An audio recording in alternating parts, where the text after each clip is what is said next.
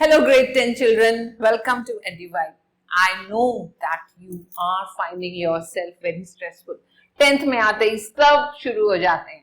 घर में parents, school में टीचर्स और सबका एक ही क्वेश्चन होता है, तुम पढ़ रहे हो और हर बार वो सब यही बोलते हैं, बोर्ड एग्जाम आ रहे हैं और मेरे प्यारे बच्चे इतने स्ट्रेस में आ जाते हैं.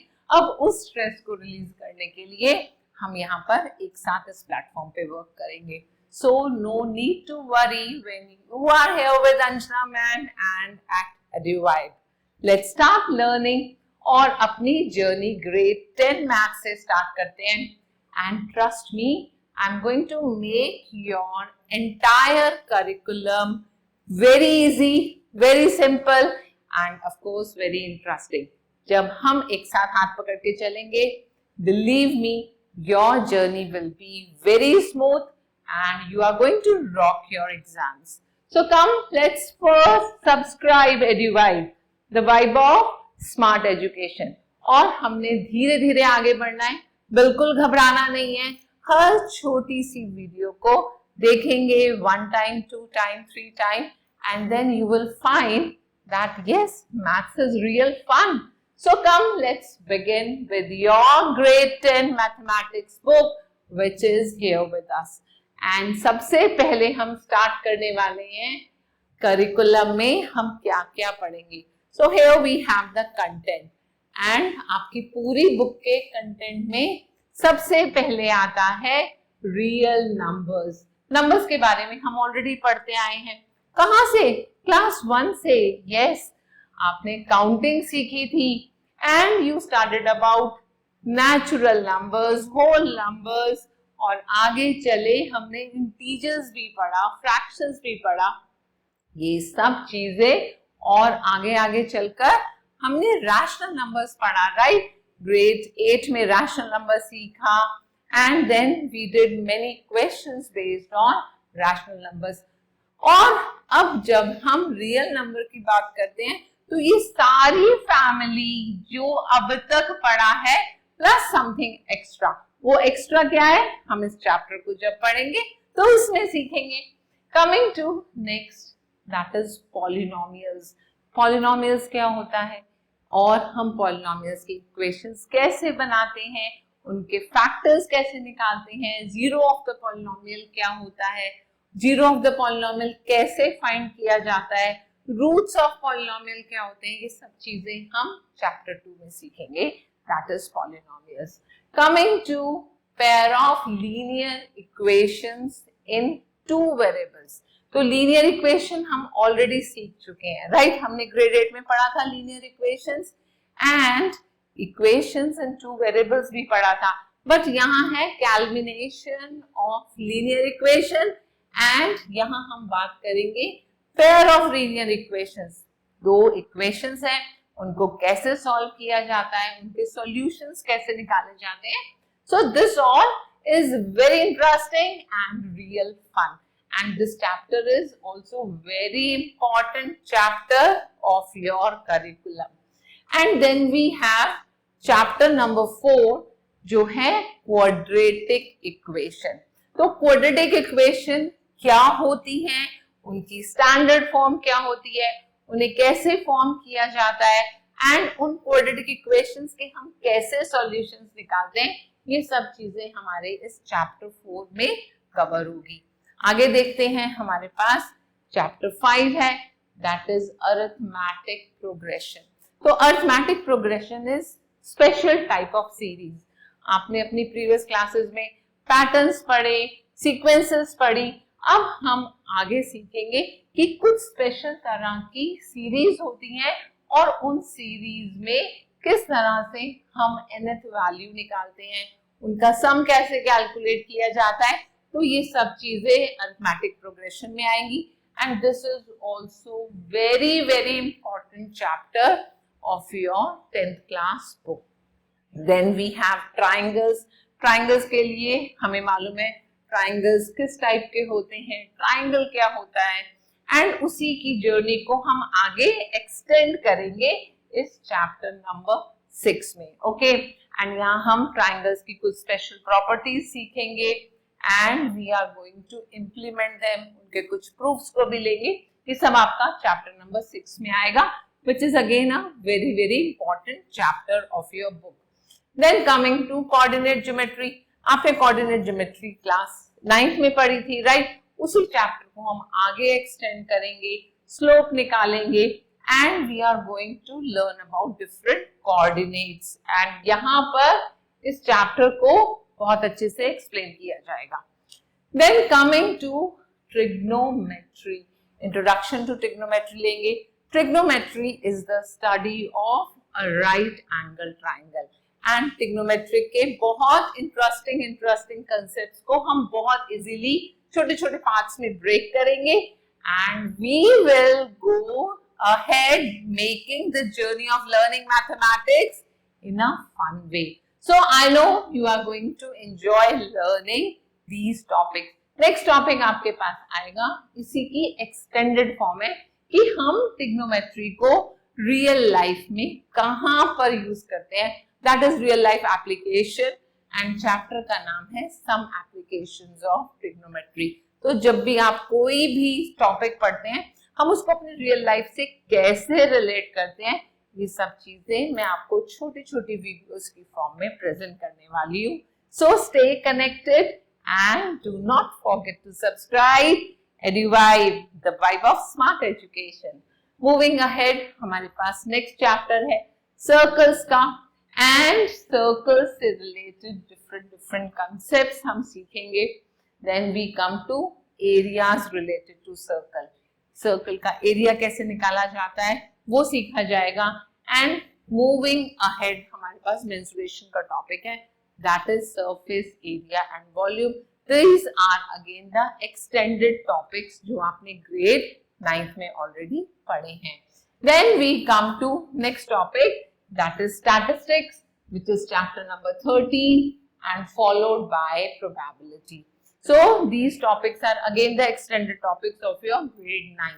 तो जर्नी शुरू करते हैं, और जर्नी शुरू करने से पहले मैं आपको रिकमेंड करूंगी कि अपने जो भी बेस्टीज है उनके साथ ये लिंक शेयर कर दो। And we start with chapter 1, that is real numbers. तो ये रियल नंबर्स क्या होते हैं, हमने इसकी कुछ पार्ट्स में वीडियोस बनाई है, and this is your part 1. And come, let's begin with 1.1, that is introduction to real numbers. तो बच्चों हमने अभी तक numbers में क्या क्या पढ़ा? You know, we studied about natural numbers, right? तो natural numbers कौन से numbers होते हैं? सबसे पहले आप मुझे ये बताएंगे। Exactly, counting numbers, और counting start होती है 1 से। So 1, 2, 3, 4 up to infinity makes natural numbers. Moving ahead, next numbers कौन से होते हैं? Whole numbers, wonderful. Whole number और natural number में क्या extra आता है? हमने grade 9 में पढ़ा है, जल्दी से बताएंगे। Yes, that is 0. So 0 plus all natural numbers makes whole number. And और आगे चलते हैं तो हमें कुछ इंटीजर्स पढ़ने को मिला था, राइट? जल्दी से बता दो इंटीजर्स क्या होते हैं। हम रिकॉल कर रहे हैं अपनी पुरानी जितनी भी स्टडीज है, बहुत सारे सालों से हम मैथ्स पढ़ रहे हैं, इंटीजर्स पढ़ा था। क्या होता है इंटीजर्स? एब्सोल्युटली करेक्ट, हमारे negative numbers, zero and positive numbers मिलकर एक फैमिली बनाते हैं, and that family is called integers. Then we have started about fractions also. Fractions में हम अगर माइनस का साइन लगा देते हैं, दैट इज नेगेटिव फ्रैक्शंस बन जाते हैं, और ये सारी फैमिली मिलकर बन जाती है family of rational numbers, right? तो रैशनल नंबर्स की ये पूरी फैमिली हो गई, और एक और फैमिली है इस फैमिली से अलग। घबरा गए? कुछ स्पेशल होगा, राइट? और वो स्पेशल है इरैशनल नंबर्स। तो अगर हम इरैशनल नंबर्स की बात करें, इरैशनल नंबर्स वो नंबर्स होते हैं जो रैशनल नहीं होते।